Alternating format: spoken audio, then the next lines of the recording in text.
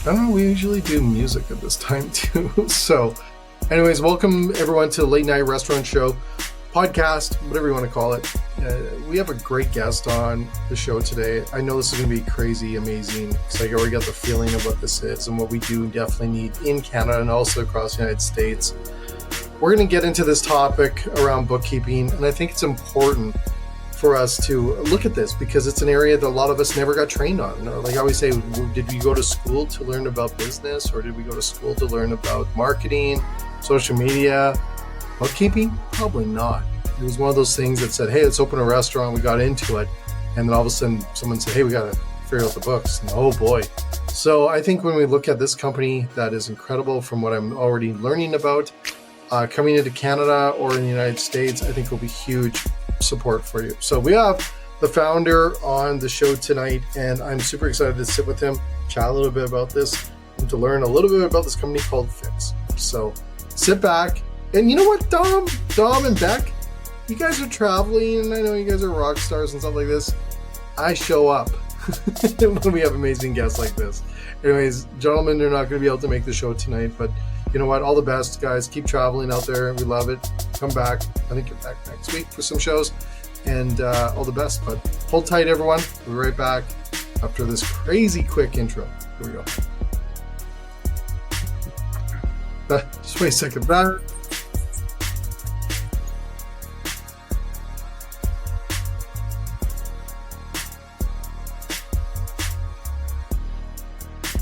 Hey Ryan, sorry about that.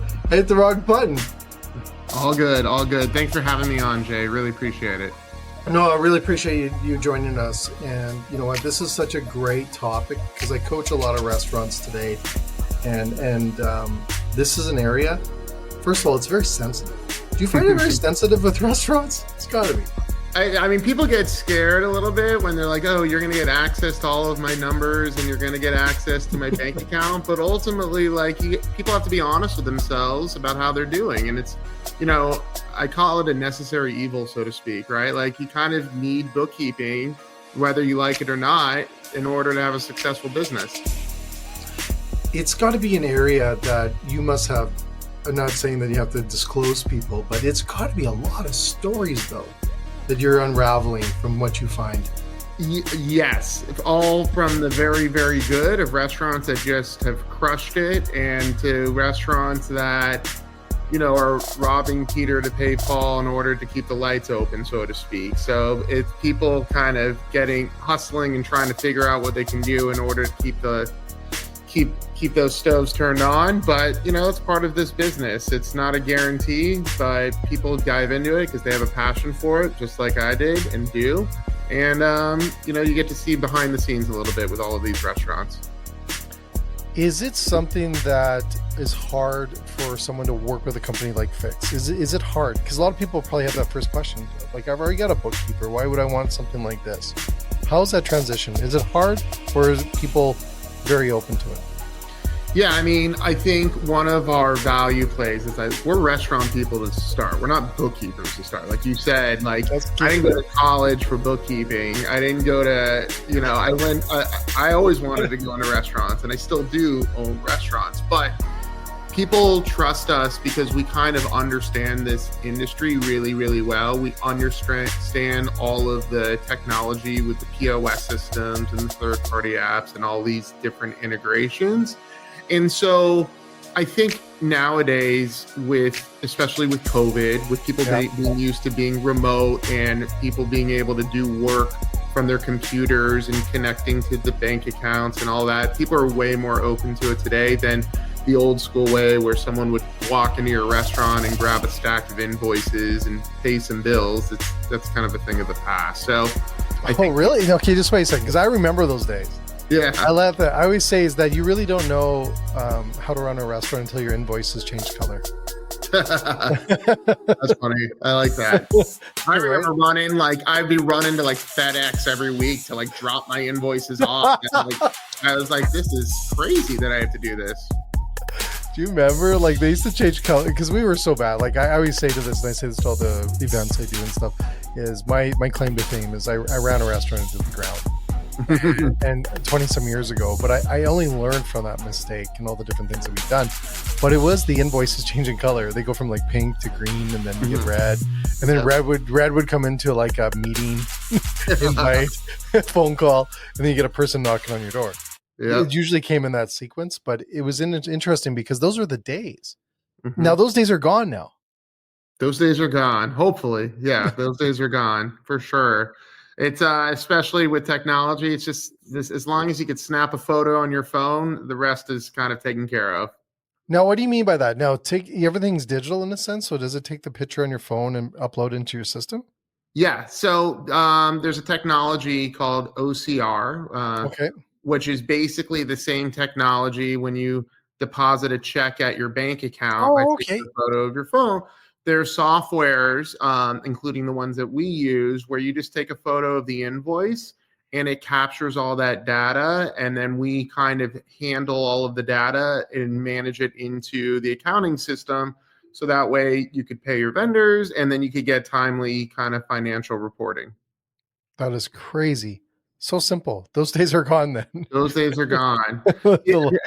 Yeah, people always ask, like, how quick do I get reports or how accurate are they? Like, they're as accurate as you guys are at taking photos on your phone. As long as you guys do that, I can take care of the rest. That is crazy. So when you talk about reports, what's some of the reports that come out? Are they always the same, or tell me more about that? So we do all of our bookkeeping in QuickBooks Online. That's kind of the basis of what we do. And then our own app or our own dashboard kind of enhances QuickBooks Online to like a restaurant specific system, right? So you get a lot of operators. If I gave everybody access to QuickBooks, half the people would be like, I don't know what the hell I'm looking at. I was going to say, like no one does, right? Yeah. So what we've done is we've kind of taken all of that data and we've reformatted it so that way it's more presentable to operators like you and I and most people out there. And so you get your P&Ls, you can get your balance sheets, and then you could also get like metrics as well that we start kind of populating trending charts and kind of best, items that have gone up in price and down in price. Because we have everybody in QuickBooks, we could start to aggregate a lot of data and provide valuable information to our clients. Now, that's the whole thing, is no one taught us about QuickBooks, and I'm assuming most people use 20% of QuickBooks, and that's about it. If they even if that, it's probably like 5%. Yeah, it's probably like 5%, right? Yeah. So when you look at that, so do all the reports, do they come out, like, are they accessible every day? Are they accessible? And I also want to ask you about P&Ls, because I've always heard this whole thing about, and this goes back to Jim and Joe over at restaurantowner.com, is back in the day when they were teaching us 20 some years ago about P&Ls. There's always a difference between regular P&Ls for other businesses, and then there's our restaurant P&L. Is that still true today? Oh, I think so. I mean, look, a restaurant P&L, we have a very set but standard chart of accounts. It's very specific to restaurants, right? And restaurants, honestly, if you're an operator that has any sophistication, you should be looking at your P&Ls in an accrual basis, meaning, like, don't just manage your business by how much cash is in your bank account. You should be managing your business by, when the sales come in and the invoices are dated, so on and so forth. And so ultimately the reporting, which is nice, is that, yes, we could send you like a PDF and a report, but our new dashboard is all live information. So if we give you access to, let's just say, last month's financials, and you're like, oh, wait, I forgot to upload this invoice, just snap a photo. And then the next time you log in, everything's kind of updated already, right? So it's all live information. And you can log into it daily. The only thing I say is, before you look at the current month's P&L, let's make sure that, we have some work to do at the end of the month to make sure it's all good. But you can see where you're trending, so to speak. You can see where your sales are. You can see your cost of goods sold, but maybe some of those monthly expenses aren't in there until the end of the month, so to speak. So, Ryan, I always say this to all our guests, and I apologize on this. First of all, this is what us Canadians do. We apologize all the time and say, but the other thing I want to mention on this, and maybe you have this, but some of the restaurants that I noticed, when they have a P&L or they look at their P&L, and there's some areas for improvement, Do you offer support in those improvement areas where all of a sudden it's like ding, ding, ding, your labor's went out of crazy or your food cost is out of whack? Do you, or your operational cost or whatever the case is, those go out of whack? Is there any like, sirens go off, bells go off, and then a solution base of resources comes in and says, this is what you need to do to fix things? Yeah, so that's a great question. So we are our latest our dashboard keeps on adding more features, and some of those features that is coming out is like some basic analysis on your P&L, right? Cool. Your food That's huge. costs are trending in the wrong way, labor, this particular vendor is charging you more than in the past. To now, though, what I will say is our account managers are really good at like identifying when something looks a little wonky. Really? So they'll say like, hey, like we think you set this up wrong in your POS system, right? Or we see a bunch of uncategorized whatever things in your POS. You should fix this so that way your financials are a little more accurate. We will give that advice. But I do want to be clear. We are not your CFO, right? We are not that person, but we do have a lot of experience. Well, that's what I was going to say. Yeah. Yeah. And we can provide some like very helpful tips going forward. That's really good because I think a lot of people look at that and go, well, what do I do? Right. Yeah. Or just live with it as that margin gets lower and lower at the end of the P&L. It's like, like, what do I do now? Like, I don't know what to do. And a lot of people don't know. Like, I always say this, and we were mentioning this in the pre-show, is just that there's no business school to help people navigate through situations when they do go into a tailspin, or like what happens when you start to see your costs go through the roof, or your food costs, or labor costs, or all these other costs go through the roof. What do you do? No one taught us that, right? And then what it is usually scrambling or pulling levers without rhyme or reason, and they get into a pickle. And we know as soon as you get that tailspin going, it's hard sometimes to get out of it, right? Yeah, and even like I went to Cornell. I went to like the hotel school. I did. Okay. I took. So you guys got those down there. You guys got those awesome schools. That's true. We do have them there. But I did. I took all the classes and everything, and you don't like all. I learned a lot at Cornell, but a lot of the stuff I learned when I was actually in the restaurant, like how to negotiate with your vendors and how to, manage your cash flow so that all of those things. And then it's not like you're learning how to like integrate your POS systems correctly in college. You kind of figure all that out by doing it yourself, and hopefully we can parse some of that knowledge onto our clients. So, Ryan, the one thing that I always, and Josh Capel's a good friend of mine, Josh always talks about the importance of cash flow. From your perspective, because you're right in the mix of it, how important is cash flow nowadays? Well, I mean, it's obviously super important, right? Because if you run out of cash, then you're up the creek. But here, like, I'll give you an example. Josh always goes cash flow, Jay. It's cash flow. Nothing else matters. Well, okay, so like my very close friend just opened up a restaurant very close to me here in Los Angeles, and I went to Cornell with him, and he had me personally like go through his financials, and he's doing really well. Like he has a lot of money in his bank account right now, and I'm like, hey, dude. Let's just hold off a moment because you have some big expenses coming up between sales tax and payroll and stuff that you haven't done. So even though your bank account looks super great today, the stuff is going to be coming out shortly. Let's wait till the dust settles before you decide to pay this vendor a little bit more or make a distribution. And so cash flow is like super important, and it's super important to be honest with yourself about what's coming up. Because the last thing you want to do is not have enough money for payroll or not enough money to pay your landlord because you decided to distribute a little bit more money to yourself this time, or you decided to pay another vendor a little bit quicker than you needed to. And now you're in a pickle, like you said.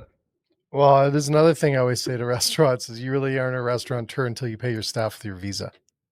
That's a new. I've actually heard that before, but yeah, that is an interesting situation.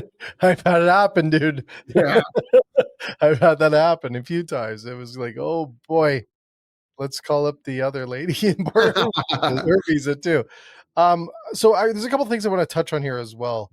And you might have seen this, and maybe this is maybe a great question, but what is it? Because I'll tell you what I bought. It was like the worst thing to do. And I don't know if people do this because a lot of people get that cash flow, or like you said, they get money in the bank and then they get kind of crazy. I find sometimes.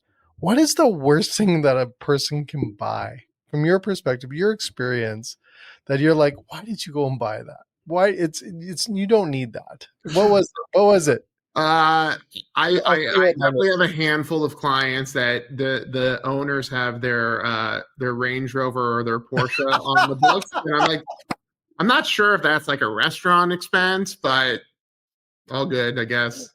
Right, mine was a Hummer. Yeah, so yeah. it's like we bought a Hummer, and it was like, well, you know what? Those $1,500, a monthly, or what was it, biweekly or whatever it Well, was. I have a really good one, and I want to be careful that I don't divulge their name, but I have let's just call it an influencer that owns a restaurant here in LA, and they decided to purchase Teslas for everybody in the restaurant. No, Yeah, no, no, no, yeah. no. And like it's not like yeah, I don't want to comment on the profitability of the restaurant, but that might have been a, a little bit more. Yeah, I always find that car, right? It goes back to making those smart decisions. And when you're you have that money coming in and everything else, I always find and I teach a lot of this now, is that there's going to be those rainy days that you need that money in the bank. And a Yeah. lot of people think you get on that roll and you're busy, busy, busy, and you're crazy, and the money's coming in, but it sure can go fast out. Yeah, It it sure can. I mean, even in our city in Los Angeles, with the oh fires and all yeah, the fires that happened in the Palisades, we have a couple clients they had to close, but we also had a lot of clients that were around the neighborhood and their restaurants were significantly impacted because people didn't want to go out to dinner for a solid month or two, and that like I really, heard about that. yeah. I heard about that. We had a caterer on, Kevin, I think his name was, from down there, and he was a few blocks from the fires, Mhm. and he said the same thing. People just stopped, like they didn't Yeah, want to go out, right? Like whatever the case is, and I don't blame them. Like it was sad because we had a devastating fire up here last year in one of our provincial park or national parks. Jasper got wiped out with a uh, fire, and it was incredible. So it was very, very small compared to what happened down there in California. But you're right. Like no one wants to go to Jasper now. No one right. wants to go out, right? Like why go out there now, right? Kind of Yeah, things. restaurants that were just crushing it, all of a sudden, Yeah. 2 months, you're just have got nothing, and then you got to make sure you have the cash flow to support that. So when you look at programs like FIXE and stuff like this is the biggest thing, because every program that comes out has all these amazing features and bells and whistles. But what's the support like? Yeah, What's the so support like? we built. It's funny. So it's funny when I've talked with investors and peers. They're always like, "Hey, like, where's the technology? Where's the technology?" And our technology is gotten there, but in the beginning, it was like we started with all service, right? And we wanted Okay, to yeah. like That's good. prove that we had something that people wanted, and now we're layering more and more technology on top of it. So we Wow. bootstrapped everything together, and anything that wasn't quite as automated, we had kind of people behind the scenes that were helping with that. But everybody gets like a dedicated account manager in this time zone that you don't call 1-800-FIX. You have the direct line of your account manager. So, and they are there for everything that's not automated. We'd like to say maybe 85% of the bookkeeping is, and the last 15 to 20 still requires human oversight before you Mhm. actually see your financials. And that's where your account manager comes in, reviews it. This looks a little wonky. Something got disconnected. Hey, I need to pay this vendor right away. You call the account manager or email them, and they take care of it right then and there. Really? Yeah. Wow. Well, that's good that you led with that, because most people forget about the service. They run out with the tech and everything Yeah. else, and then they go, "Oh yeah, the service," and then it just isn't there to support. And restaurateurs are going to be calling that number nonstop, or calling their support Yes, nonstop. 100%. I mean, obviously, with all these POS systems, and there's some pretty big ones that have grown a lot in the past few years. Yeah. I don't know if their support has kept up with that same pace. But it is some of the things, and I always say to those companies out there, like the POS ones, it's like when we interview them, or we have a meeting with them, with some of the clients that we work with, is I always say, so what's your service like at 5 o'clock on a Friday? Or Yeah, 6 o'clock on a Friday night, yeah. dinner rush, because that's when that sucker is going to go down. Mm-hmm. right? It's always that. And then they're, well, yeah, no, we have someone. And yeah, but that's great that you have a direct line. That's awesome. So let's talk about the onboarding. How fast is it? Because you've got a great, I love how you have placed on your website the two differences between like having a person and working with fixed is that I love that. That's great. Everyone should do that. I love that. So onboarding, So how long? I like to say, like, we'll move as quickly as you give us access to what we need access to. The beauty of what we created is that we've done everything on QuickBooks Online, and we use our own software plus a couple of third-party softwares that we provide on behalf of the client that we call the best-in-class tech stack as part of our service, right? QuickBooks Online, we include Margin Edge as one of our softwares as well. And one of the reasons we chose these is because the integrations work very quickly and they're very easy to set up, right? And so we can get someone up and running really within about 5 business days. And then you're going to be in onboarding for at least the first month, just so we can give you your first set of reports. And we are all on the same page on the way that's formatted and everyone understands that. So everything gets connected and all of that information starts coming in within the first week. And then we want to make sure you have some extra TLC in the beginning, so that way your first set of reports are up to par, paying the vendors is on the cadence that you want. And then eventually you get past to your account manager and then they're taking it from then on out. You don't need to say, there's other companies that keep you in onboarding for 3 to 6 months. And it's like, now, like, we can do it pretty Wow. quickly. All this stuff works pretty seamlessly, especially with the technology nowadays.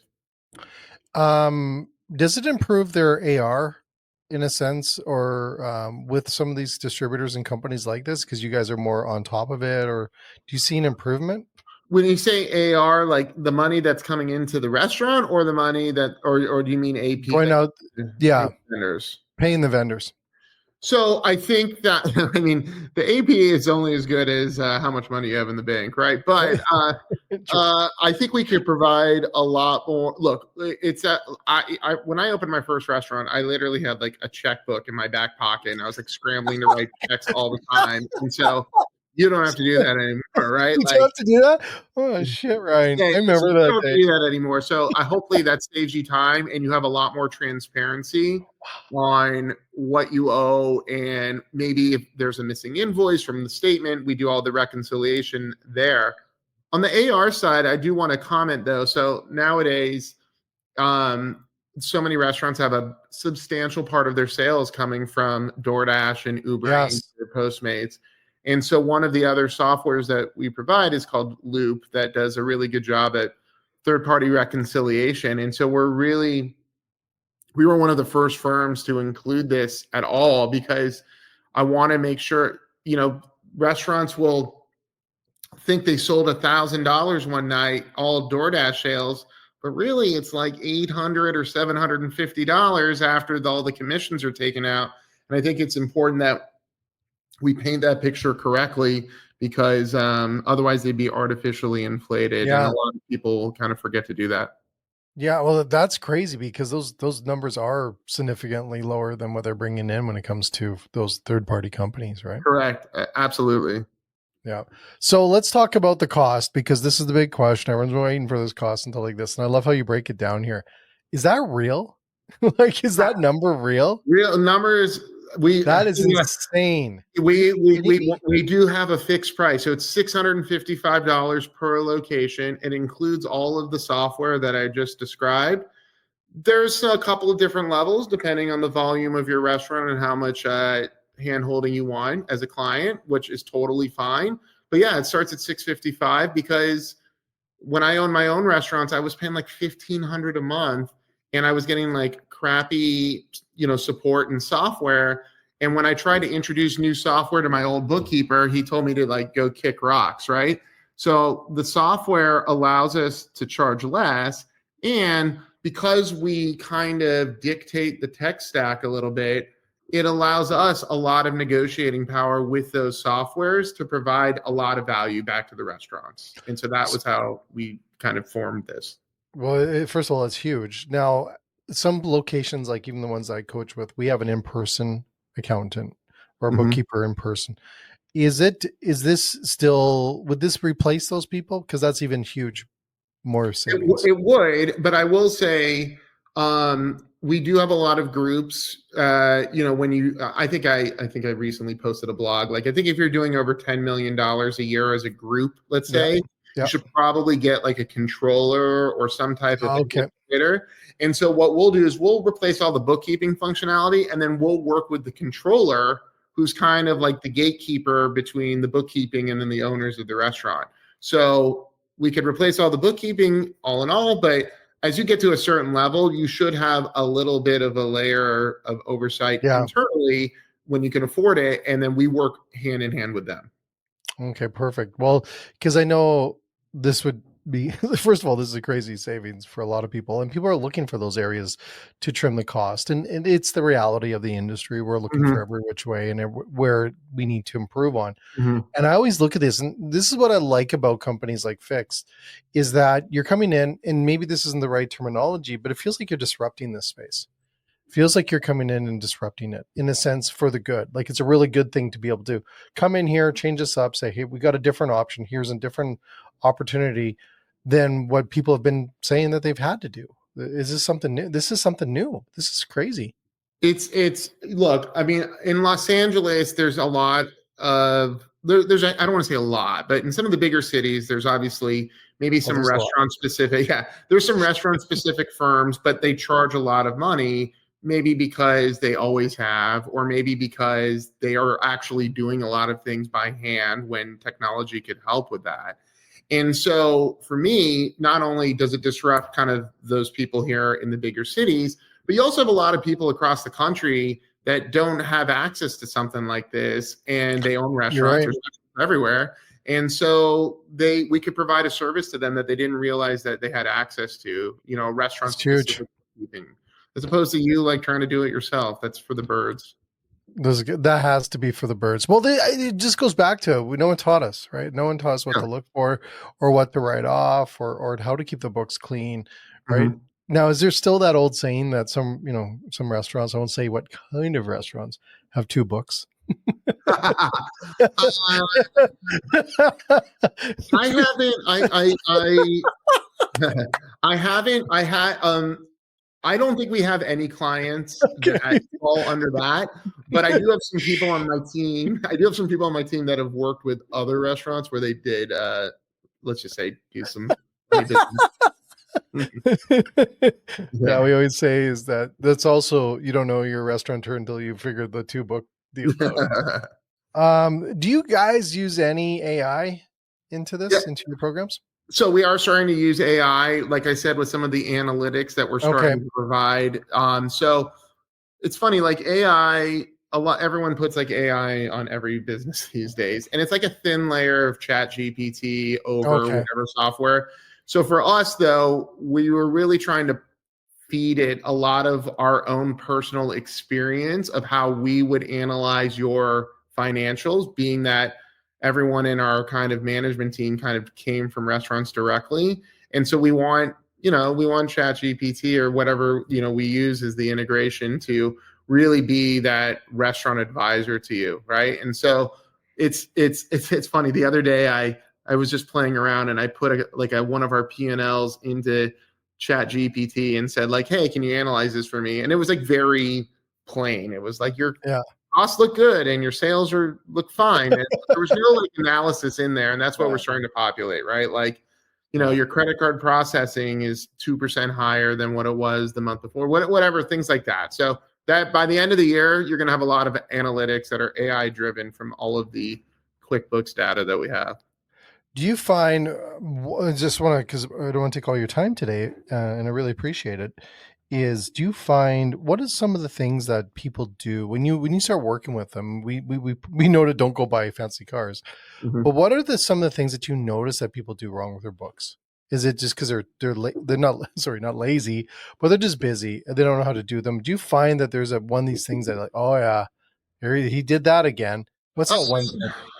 I would say like one of the things I hate is when That's a people better have, answer, better way to answer it. yeah, I hate when people have vendors on auto pay. Um, Oh, okay. like I hate that. It's one of my things that when we get into onboarding, we kind of politely say you should eventually take this off. Now, some people do it because they can't get terms from the vendor, and I get Yeah, that. yeah, But yeah, some yeah. people do it because they just don't want to write checks. And my argument to them is like, well, if you return that case of tomatoes, how do you know if the vendor's giving you credit for the tomatoes if Yeah. they're putting you on auto pay? And so them having too much, I would trust in what the vendors are doing is probably one of those common mistakes. Wow. Well, Yeah. that's interesting to know because I know a lot of them want to move that way because it just makes it a lot more easier from their side. But you're right. How are you getting credit and how those credits are coming through? It would probably be another kind of a swamp to jump into. Yeah, You can yeah, for imagine. sure. But and then yeah, I mean that's a big one. And then obviously, I guess one other thing that I would say is um, you have your POS system. Your POS system, someone described it to me as kind of like your nerve center, your brain center of your whole I've, I've restaurant. I've heard a different terminology, but What I would say is like sometimes people have like sales coming in from other angles yeah, outside of yeah, the POS. yeah. And for me, it was always a belief all of your sales should come from your POS. Even if you're not processing the credit card in the POS, create a tender, create a house, whatever it is, you have some catering event, don't try to do it off to the side. Have the Yeah. POS be that central nervous system for all of your anything sales related, because that will help because that's we're going to be taking that information to Yeah. doing books. And if I don't know or you did something and I have no idea what it's for, it's going to be hard to figure that stuff out. And you're integrated with like Toast, Square, Lightspeed, all the big guys, right? All the big guys, yeah. All the big guys. So that's got to be an easy transfer over for all the information that's stored inside them. Exactly. Really And easy. ADP too, which is really cool. Yeah, we do ADP, Gusto, Paychecks, all the big payroll companies. We even built our own integration for Toast Really? Payroll as well. So yeah, with all of those guys, and then again, we use Margin Edge for all the invoice processing, and then a few other kind of softwares behind the scenes in order for us to do what we do. Cool. I was hanging with Margin Edge all day yesterday. So Oh it's yeah. a good shout out there as well. Excellent. Well, I always say this, and you don't have to tell us any secret sauce that's coming up here, but what's the future look like for Fix? You guys are coming in here, disrupting stuff. Do you got any future plans that you can share with us? Well, look, our mentality is that we want to try to help operators understand their financials like easier and have what I call frictionless delivery of reporting. So Ooh. I don't think restaurant people have time to be on their computers or really have time to be opening up emails or even apps these days. So a lot of our reporting and hopefully with our AI insights are actually going to be text enabled. So eventually you're going to be able to text us, hey, like what did I pay for tomatoes last month? And then we could spit that back out. Shut up. Yeah. And so that's like what we're building, hopefully by the end of the year. Because I think restaurant people, it's the owners are one thing, but the owners always say, I just want my managers to understand the numbers a little bit better. And granted, they don't need to see like the entire P&L, but they need to look at the controllable section. Yeah. And we want to try to make that as easy to understand as possible. And so that is our whole goal with Fix, and that's what we're trying to do. Well, that controllable, especially for some owners that are owning multi-locations, when you look at those controllable areas on your P&L, that really determines the success of your managers. Like, are they running the place right? Correct. Exactly. If people see like, hey, I got my food cost is 29%, they may think that's good, but then you compare it to the location, 5 miles down the road, it's 26%. Let's identify what's causing those differences. Well, it's funny you say that. I get excited about this stuff, but most people are just focusing on your labor and your food cost, or just your food cost, and determine the success rate of the restaurant based on those two areas. But we know those controllable or uncontrollable areas there's big dollars in those numbers. Yeah. There's huge numbers in those, right? And if our managers and we got trust in them and they're running all those things, you see those things are going out of whack. You start going, okay, what are you doing? Yeah. Right?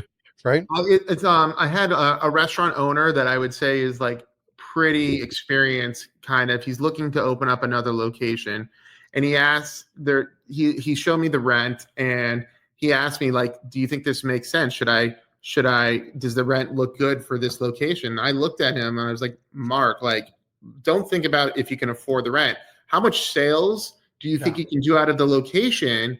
And then let's see what rent you could afford based on the sales that you think you're going to do. And I always say you need to target about 8% as your, rent monthly of your top line sales. And if you start opening up locations that are 10, 11, 12, 13% or higher, it's going to be really hard for you to make some money at those locations. And so I think rent and some of those other like fixed costs that are not controllable are really important when you're scouting locations, for sure. Ryan, is that also on the formula of the sales per square foot? Yeah. So for me, like I always, when I look at locations, even in my own restaurant, Yeah. like I try to target about $1,000 a square foot per a year, right? So if I get per year. per year. So if I get 1,000 square foot restaurant, then I Yeah. should do $1 million out of it. Now, Okay, that might change a little bit depending on like what type of restaurant you are.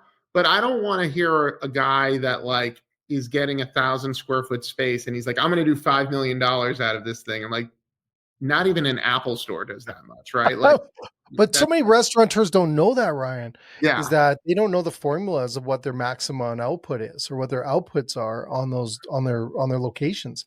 I always say is that I use Starbucks and a lot of the things that I look at. I was like, there's a reason why that Starbucks is that size with that tables, that space. There's a formula and all these things that what you can maximally put out, yeah. or what you should be to pay the bills. Exactly. And it's like I was listening to like a business podcast, and like I think Apple's like the highest you could ever be in terms of revenue per square foot. Yeah. Then a company like Lululemon, who's also great, is like 2,200 a square foot. And so like you get to some of these restaurants and they start showing me like projections and like, we're going to do this much business. I'm like, no, you're not. Like, let's see a little reasonable of what you're going to do. But so many don't even know what those numbers are. Yeah, what's your end goal? I always, when we coach them, we always go to the end part. Okay, what's your maximum you can go to? And they always say what it is. They say, well, now we have to work back. And it's like, when you hit those numbers, like, it's just not going to happen. Those are going to happen. But they don't even know what that is. A lot of them don't even know what the projections are or what they could do. And that's what's unfortunate. No one taught us those things. Yeah, right? No one's not.